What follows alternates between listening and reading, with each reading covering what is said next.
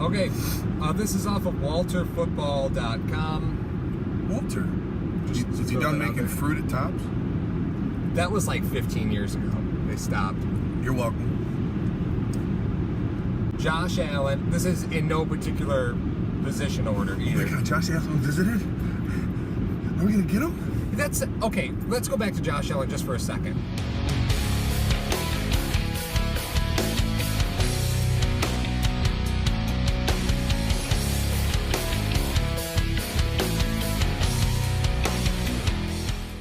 Okay. Yeah. Did you look at his completion chart? There's a scatter chart. Okay, let me briefly explain what a scatter chart is. A scatter chart is they take all your attempts and they put it all over the field. They put a dot where each ball was going, right? Different colored dots mean different things. Interceptions, completions, catchable balls, uncatchable balls. So Gotcha. there's a variety of different things called scatter chart. Okay, fine. When Josh Allen took the Wonderlic, if it is anything like his scatter chart, he must have only answered the questions on the right side of the page. Because he can't do anything on the left side of the field. His scatter chart is all on the right side. The whole thing is all right side. So it's skewed left is what you're saying. No, I'm just saying that if the Wonderlic is in a booklet and there's questions on the left-hand side of the page, you're not going to see them. That's all I'm saying. Whoops. That is interesting. I don't remember him rolling left. I don't think the goal was to have Josh Allen run. Period. He ran a lot. I remember a lot of, just him just like trying to scramble out and stuff like that. I don't remember him like initially going left, really. There was nothing scarier to me than watching Jim Kelly scramble out of the pocket. Heathcliff? He stood straight up, and took long strides like he was on one of those gazelle ellipticals. Remember those things? The gazelle thing? The legs. That's... If there was any quarterback who... It's weird. Yeah, with Allen. We talked about it during quarterback week. He gets so wide when he throws, but when he runs, he's like... Hi, guys. He's like a meerkat sticking out of a hole. Back from North Carolina State. It's only quarterbacks, cornerbacks, and running backs. Why?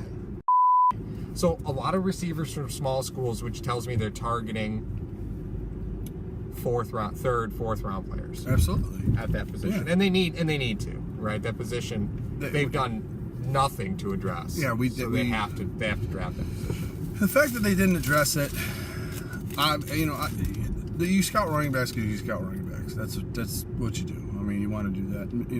Like you said, by association, perhaps maybe those running backs can give you, hey, who was the guy on your team that was the best, edge blocker? You know what I mean? Best run blocker on your team. You know what I mean? Like you can ask them a bevy of questions.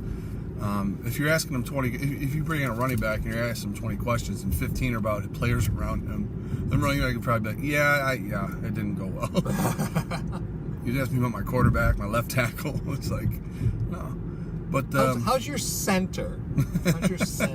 Did you like running up the middle? Did you feel confident running up the middle? But you have to imagine that those are things that you get asked about. You have to get asked about your teammates. I mean, let's say the Bills, for example, are targeting Allen. Of course, you want to bring in 6 other guys to throw everyone off your scent. That makes sense just to do that. If you're not targeting Allen, but you bring him in, hey, which one of your receivers was the best that you had? Who would you like throwing to? Who were you comfortable throwing to? Their pre-draft visits tell me from the list of quarterbacks, they're looking at the big dogs and they're looking at the 5th round players. I think they're preparing themselves for what happens if 4 QBs are gone and we can't get up to the top of the draft to get one. Oh yeah, absolutely. Or if they do get up, they're targeting top dogs and 5th rounders. That means 2, 3, and 4 are going to be packaged and thrown to somebody else. Yeah, that's true. So that could be one of those things where, okay, we know let's just prepare. You know, we got to do our preparations like everybody else. Obviously, the closest we get to one Bills drive is probably the 290. Yeah. But the thing about it is you gotta have a contingency plan for everything, and if you don't, I mean, you're gonna be in a lot of trouble. So, okay, let's go after the big dogs. Are these guys that we want to trade up for, that we may want to go up for? How does he feel in our facility? Does he walk into one Bills Drive, the training complex, and go, yeah, man, I visited Cleveland, I visited the Jets, I really liked okay, all right, you can go there, that's fine. I mean, it's insane now because it's getting to a point where there's so many different things that are people have lost their mind. The draft has to happen April 1st.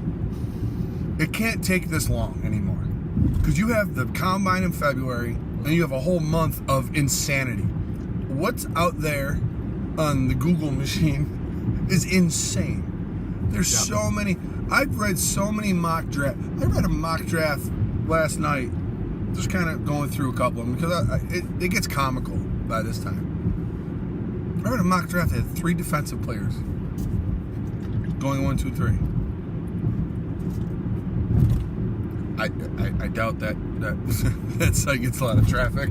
Yeah, but why? But I mean, not to down that, but like everyone's already talked about quarterbacks going 1, 2, 3, 4, or 1, 2, 3, 5, and everything like that. It's been so beat up that I felt like the draft already happened. Like, all right, how do you think Darnold's going to do in Cleveland this year? You know what I mean? Like, I think it already happened. That so many mock drafts have come out, and the whole 2.0, 3.0, 4.0, 5.0 set. Like, just do one. Why you got to do it? Well, I think there's a science to doing a mock draft, and a lot of it is you want to see your board change a lot. Remember Bridgewater was ranked as the number 1 player on Mel Kiper's board? Yes. And then all of a sudden he plummeted. Yes. Right? Yeah. Either way, Kiper's covered. Say, oh yeah, back in January I had him mocked as the number 1. But then, that's not an expert then. That's not someone I'm listening I agree. to. Well, I mean, I'm not listening to an expert. I'm not listening to Kuiper anyway. But the thing is this. If you do a mock draft and you have Darnold, Mayfield, Rosen, and Allen all taken by Cleveland in mock 1, 2, 3, and 4, you could say, I called it. Yeah. It doesn't make any sense. It makes 0 freaking sense for that to happen. Do one. Then I'll be more impressed with you. They're the NFL weatherman. See, I'm a man of principle. This is true. This is well documented. Every single show we've ever had, I've said the Bills should sign A.J. McCarron. Every show. Every show. Including this one. Yeah. And I'll put this on loop in the other shows. can you imagine going back and finding all the times I said the name A.J. McCarron?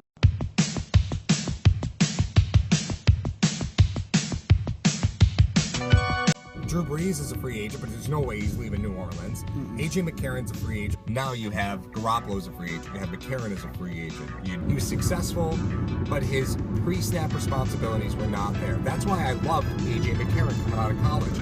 And it is smarter to do it via trade because I'll be honest with you, A.J. McCarron in Cincy is going to lose his grievance with the league. You know who is a fit? Here we go. Brian Hoyer. A.J. McCarron. Oh, God. And the streak continues. It's not hard to pick up the phone and say, hey, Nick, what exactly was McCarron's strength? Hey, Saban, what was McCarron's strength? Scale of 1 to 10. How worried are you? McCarron's starting, so it won't matter. Allen will not beat out McCarron. Coffee? A.J. McCarron. Ah, hey, there we go. But yeah, it's just the Bills.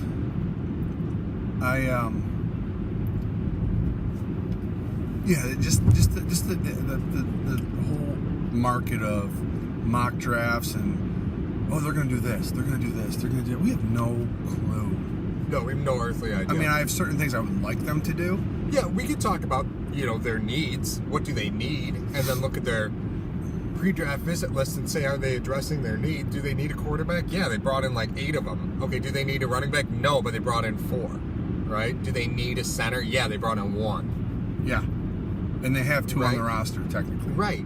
So, You know, do they need an interior defensive tackle? Yeah, at some point. You don't need them right away.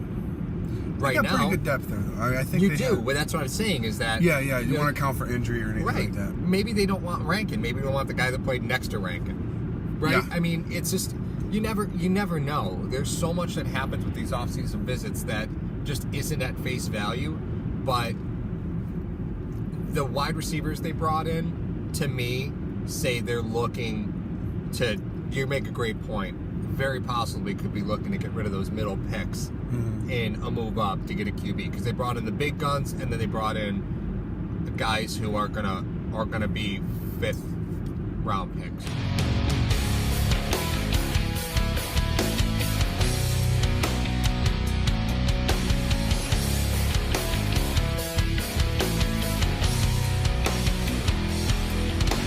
Something inside